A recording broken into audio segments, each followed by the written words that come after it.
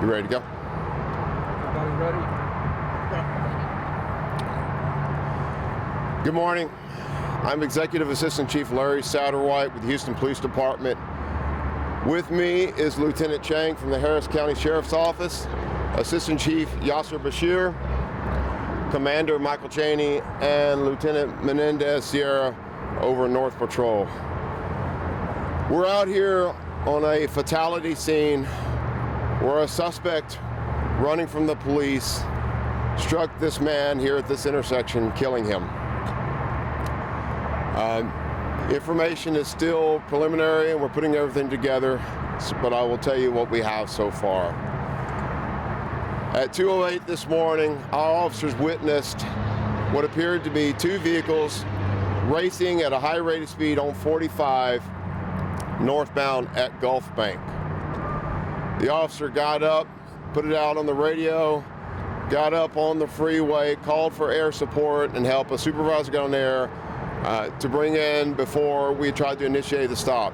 But once the officers got up and got up on the freeway, it appears that the suspect witnessed it or saw that, and then even accelerated from that point well over 100 miles an hour.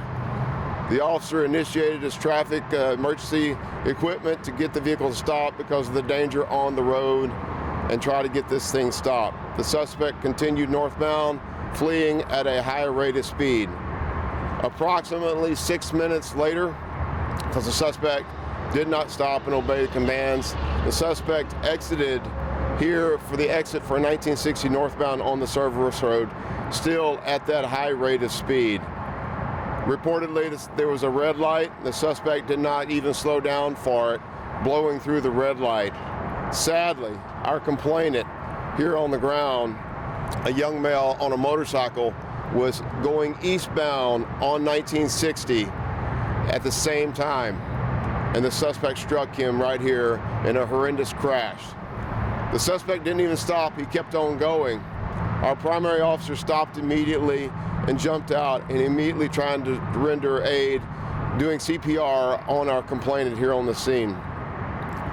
Our suspect continued up about a half mile. A unit behind our primary unit continued following him. It appears that from the crash, the vehicle was disabled and could not go any further. The suspect jumped out on foot and ran into a dealership that's just right up the road. Our officers pursued, capturing him, taking him into custody. Sadly, our officers here were trying to do the CPR, but our suspect died on the scene, and our condolences are to his family, who are going to get very tragic news this morning, and we're very sorry about that. Our suspect is at the hospital. Our complainant appears to be a teenager.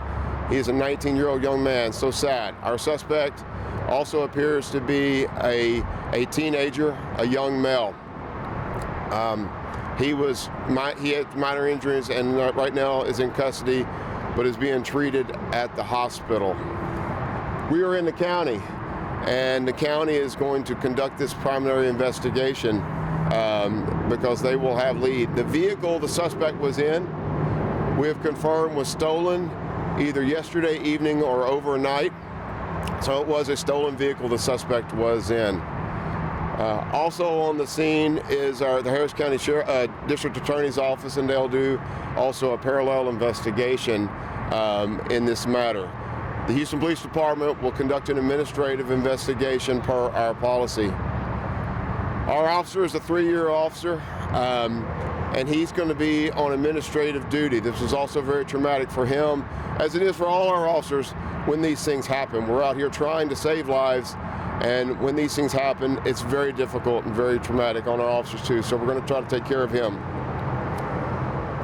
I will say again that we have our suspect, we have a complainant who won't go home to his family because a suspect in a stolen vehicle refused to stop and ran again from the police and ended up killing him in the intersection. We do need stronger laws when it comes to fleeing from the police. We need our legislature and our elected officials to revisit this and raise the penalties for this, because it is so dangerous. It is no different than firing a gun into a crowd or anything else. When you're on the road driving, fleeing from the police at these high rates of speed, the damage that you can cause can be horrendous, just like it was this morning. We do need help with that. And with that, I'm going to stop here and take questions.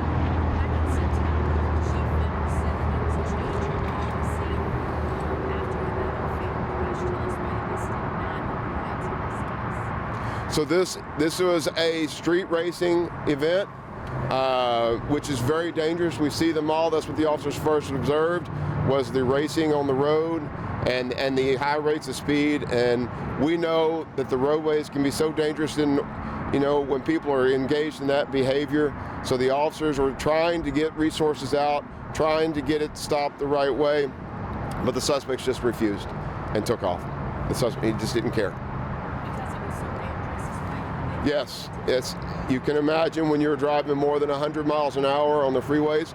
Sadly, we've probably all witnessed that at some point when we're driving on the road, just how dangerous some people can be and how this straight racing can end in death. It's happened before. I mean, we know that it could have such serious or even fatal consequences. And so we do need to engage in that, and that is we still do pursue and try to get those persons stopped. It's not like a person who had a broken tail light and took off or something like that, or ran a stop sign.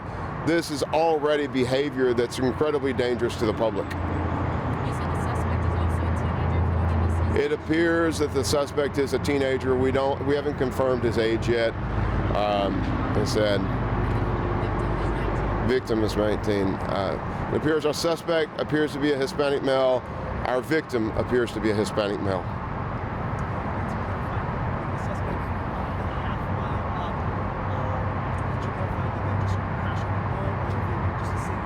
I'm still not 100% on why, but it appears that the damage was significant to his vehicle, and that might be why he stopped and then evaded on foot. Do we know what happens to the other driver that was racing? That driver was not stopped. So, any other questions?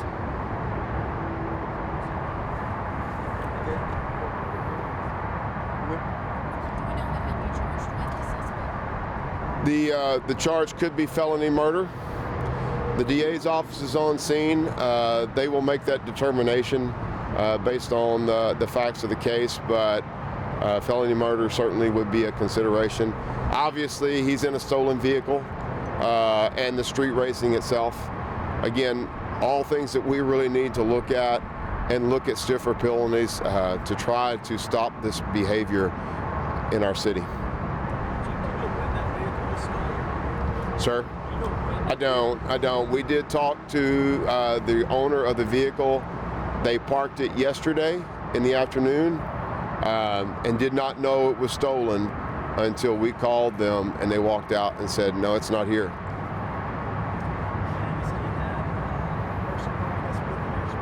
I'm sorry. Multiple units ultimately made the scene, as you might imagine.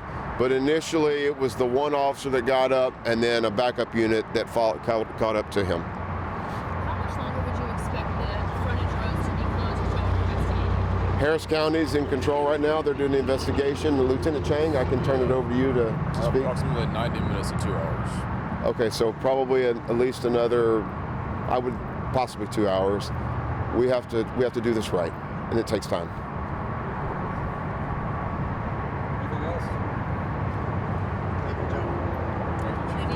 Appreciate it.